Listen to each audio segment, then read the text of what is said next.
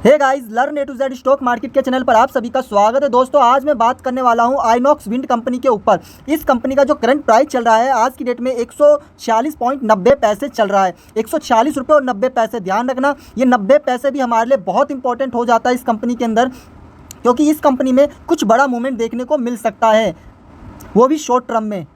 आज की डेट में 0.29% का डाउनफॉल देखने को मिला है। काफ़ी छोटा डाउनफॉल है ये, और 5 दिन से ये मात्र 2% के आसपास ही रिटर्न निकाल कर दिया है। 6 महीने से देखें तो अभी भी ये 11.10% गिरा हुआ है। और तो और अगर मैं 1 साल की बात करूं तो 36.33% गिरा हुआ है टॉप से बॉटम। अगर मैं टॉप से बॉटम देखोगे ना आप, तो करीब करीब ये अभी भी 41% डिस्काउंट लेवल पर चल रहा है। मतलब आप सोच सकते हो काफ़ी अच्छे लेवल पे, प्राइस पे हमें इस टाइम चल रहा है। ये कंपनी बहुत अच्छे लेवल पे चल रहा है, तो आप इस पर फोकस करिए और जो और मैं बताने वाला हूँ उसको पूरा सुनिए और इस वीडियो को आखिरी तक देखिएगा, क्योंकि काफ़ी इंपॉर्टेंट चीज़ मैं बताने वाला हूँ इस कंपनी के ऊपर।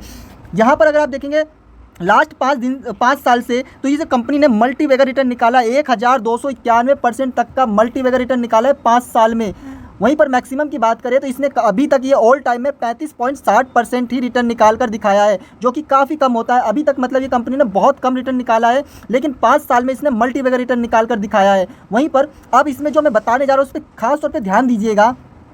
आप अगर यहाँ पे देखोगे तो इस कंपनी ने काफ़ी अच्छा पैटर्न बनाना चालू कर दिया है। यहाँ पर आप देखोगे तो एक ये पैटर्न है डबल बॉटम पैटर्न, ठीक है, जो कि काफ़ी अच्छा क्रिएट किया है इस कंपनी ने। अगर आप यहाँ से देखोगे तो पहले ये टकराया, फिर ये गया अपसाइड गया, फिर डाउन साइड, और फिर यहाँ से अपसाइड जा रहा है। तो ये होता है एक डबल बॉटम। जो प्रॉपर सही तरीके से डबल बॉटम होता है ना, वो यही होता है, इक्वल होना चाहिए। तो ये प्रॉपर अच्छा डबल बॉटम पैटर्न बनता है, और एक काफ़ी अच्छा हेल्दी डबल बॉटम, जिसे डब्लू पैटर्न भी कहते हैं, वो पैटर्न इसने बना दिया है यहाँ पर। और तो ऊपर से ये अभी 41%, 1 साल में 41% गिरा हुआ भी है। ध्यान रखिए टॉप से बॉटम। तो इस टाइम बहुत बढ़िया मौका है इसमें, इसके ऊपर रिसर्च करने का, ठीक है। तो यहाँ पर अब बात करते हैं इसके लेवल की, कि अगर ये यहाँ से अगर डबल बॉटम बना रहा है तो हमें क्या लेवल पे ध्यान देना चाहिए, कहाँ पे हमें फोकस करना चाहिए। एक चीज़ का ध्यान रखिए, मैं इसमें कोई भी बाय कॉल नहीं दे रहा, ये सिर्फ एक लर्निंग पर्पस से मैं आपको बता रहा हूँ कि कभी भी डबल बॉटम बनता है तो उसमें क्या क्या पोजीशन बन सकते हैं, क्या क्या किस किस लेवल तक ये जा सकते हैं और किस तरीके से हम इसके लेवल डिसाइड कर सकते हैं। मैं सिर्फ ये आपको डायरेक्शन दे रहा हूँ, ठीक है। मैं इसमें बाय करने के लिए नहीं कह रहा, फिर मैं कह रहा हूँ। तो यहाँ से देखोगे एक डबल बॉटम बना, कभी भी डबल बॉटम बनता है तो उसमें आप देखोगे कि ये पहले जो होता है ना, पहला जो टॉप से जो बॉटम गिरता है और पहला जो बॉटम बनाता है, वो उसका हाइट आप देखिए यहाँ से यहाँ तक का, ठीक है। फिर यहाँ से थोड़ा सा अपसाइड मूवमेंट लेता है और फिर डाउन चला जाता है, तो यहाँ से दूसरा बॉटम क्रिएट कर देता है। और फिर दूसरे बॉटम के बाद जब यहाँ से अप करता है, और ये आपको ये जो लेवल दिख रहा है ना, इसका फेस, इसका जो फेस है, अगर इस फेस को तोड़कर ये यहाँ से ऊपर की ओर चला जाता है तो उसके बाद ये proper double bottom pattern complete हो जाता है। अब यहाँ से डबल बॉटम कंप्लीट हो गया तो हमारा क्या फ़ायदा, यहाँ से अब हो क्या सकता है। तो यहाँ से एक ऑप्शन ये बन सकता है कि जैसे इसके ऊपर से चला गया, इसके फेस को पार करते हुए यहाँ से अगर ये ऊपर चला गया, तो इसका जो पहला टारगेट बन जाता है वो ये लेवल होता है, उसको ये लेवल पार करना ही करना होता है। तो ये एक मान के चलिए कि अगर यहाँ से ये अब ऊपर गया है तो यहाँ से कितने तक का लेवल पार कर सकता है, कहाँ तक ये पहुँच सकता है। तो इसका जो एक पहला जो लेवल है वो 170 से लेकर 175 तक के लेवल तक ये जा सकता है, यहाँ से यहाँ तक का। लेकिन उसके बाद ध्यान रखिए ये पहला लेवल है, और अगर वो इस लेवल को भी पार करते हुए 180 के आसपास आ जाता है तो ये जो दूसरा लेवल बनेगा वो 180 से लेकर 190 के आसपास बनेगा। ध्यान रखिए 190 के आसपास दूसरा लेवल बनेगा। लेकिन यहाँ पर आपको एक चीज़ का खास तौर पे ध्यान देना है कि ये अगर बाई चांस यहाँ से ये ऊपर जाके अगर यहाँ से फिर से डाउनफॉल दिखाना चालू करता है तो एक लेवल और आपको ध्यान रखना है, जो कि आपका स्टॉप लॉस की तरह काम करेगा। मतलब आपको इस लेवल पे ध्यान रखना है कि इस लेवल से अगर नीचे जाता है तो आपको इससे थोड़ा अवॉइड करके चलना है। वो लेवल क्या हो सकता है, तो वो लेवल है करीब 140 रुपये। अगर ये 140 रुपये के आसपास या इससे नीचे हल्का 140 रुपये या 140 रुपये से हल्का भी नीचे गया तो ये फिर उसके बाद इसमें ये डबल बॉटम नहीं क्रिएट कर पाएगा पूरी तरीके से। तो यहाँ पर आपको एक स्ट्रिक्ट स्टॉप लॉस जो होता है ना, वो एक तरह से मान लीजिए 140 रुपये होगा आपका। तो इस प्राइस के ऊपर ध्यान रखिएगा, ठीक है। और यहाँ पर एक आपको फोकस करके चलना है, क्योंकि इसमें एक अच्छा खासा मूवमेंट देखने को मिल सकता है आपको शॉर्ट टर्म में। फिर मैं कह रहा हूँ मेरा कोई भी बाय कॉल नहीं है, ये सिर्फ मैंने लर्निंग पर्पज से बताया है कि कभी भी डबल बॉटम तैयार होता है या ऐसा होने वाला होता है तो कहाँ तक इसका सपोर्ट हो सकता है और कहाँ तक इसमें गिरावट होने के चांसेस हो सकते हैं, मैंने सिर्फ ये गाइड किया है, ठीक है। तो जो पहला सपोर्ट मैंने आपको बता दिया था 170 से 175 के आसपास, अगर ये लेवल को पार कर दिया तो इसका जो दूसरा लेवल बनेगा वो 180 से 190 के आसपास बनेगा। ध्यान रखिए, ठीक है। तो ये लेवल होते हैं इसमें जो डबल बॉटम क्रिएट होने के बाद इसमें बनने के ज़्यादा चांसेस हो जाते हैं।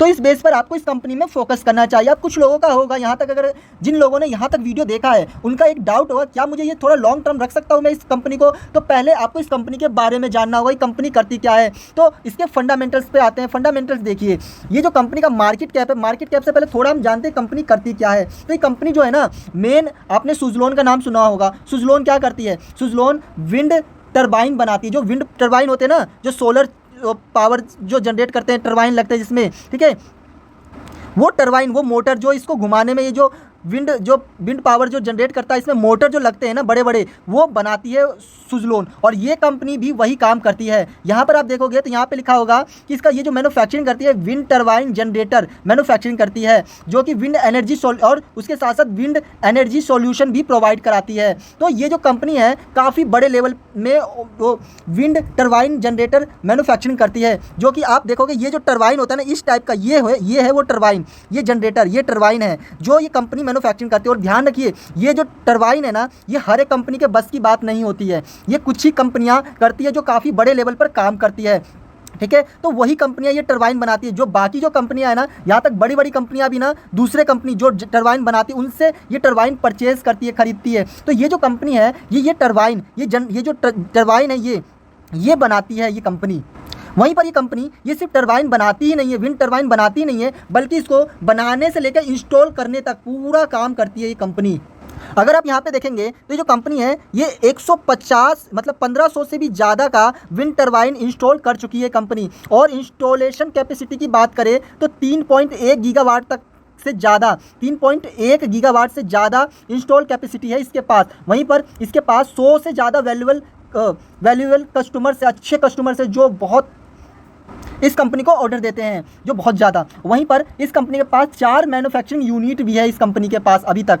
अगर मैं शेयर होल्डिंग की बात करूं तो आप यहां पर देखेंगे जो प्रमोटर्स है, पहले प्रमोटर्स के पास 48% के आसपास हुआ करता था, अभी 44.18% के आसपास है, 44% के आसपास है। वहीं पर अगर FII की भी बात करें तो FII के पास भी पहले 15% के आसपास हुआ करता था, अभी 13% के आसपास है। वहीं पर सबसे मेन देखोगे DII का, तो DII देखोगे तो पहले DII 9% के आसपास हुआ करती थी, लेकिन अभी DII ने इस क्वार्टर में काफ़ी अच्छा परसेंटेज बढ़ाया है।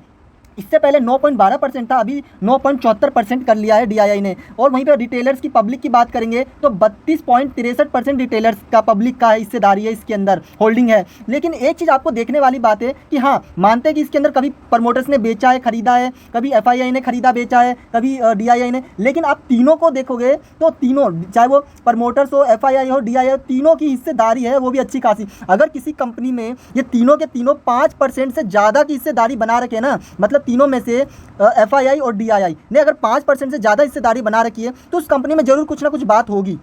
और तो DII ने अभी हिस्सेदारी बढ़ाई भी है, थोड़ा सा FII ने घटाया है, लेकिन DII ने बढ़ाया भी है, ठीक है। तो ये कंपनी में आप देखोगे तो प्रमोटर्स होल्डिंग, जो शेयर होल्डिंग है, वो भी काफ़ी अच्छा खासा है।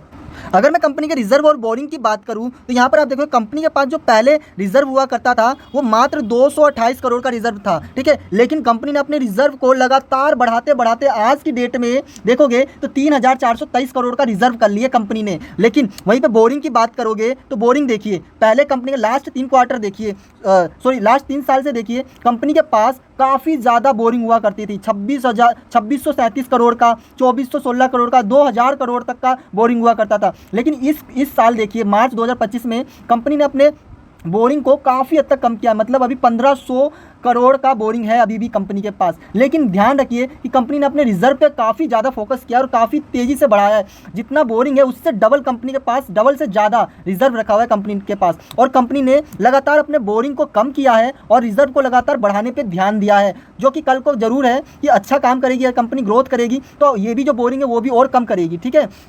तो कंपनी का प्रमोटर्स होल्डिंग भी काफ़ी अच्छा, जो होल्डिंग है वो भी काफ़ी अच्छा। कंपनी बोरिंग को कम कर रही है, रिजर्व को बढ़ा रही है। कंपनी का बिजनेस देखिए, कंपनी टरबाइन बनाती है, विंड टरबाइन जनरेटर बनाती है, मैन्युफैक्चरिंग करती है।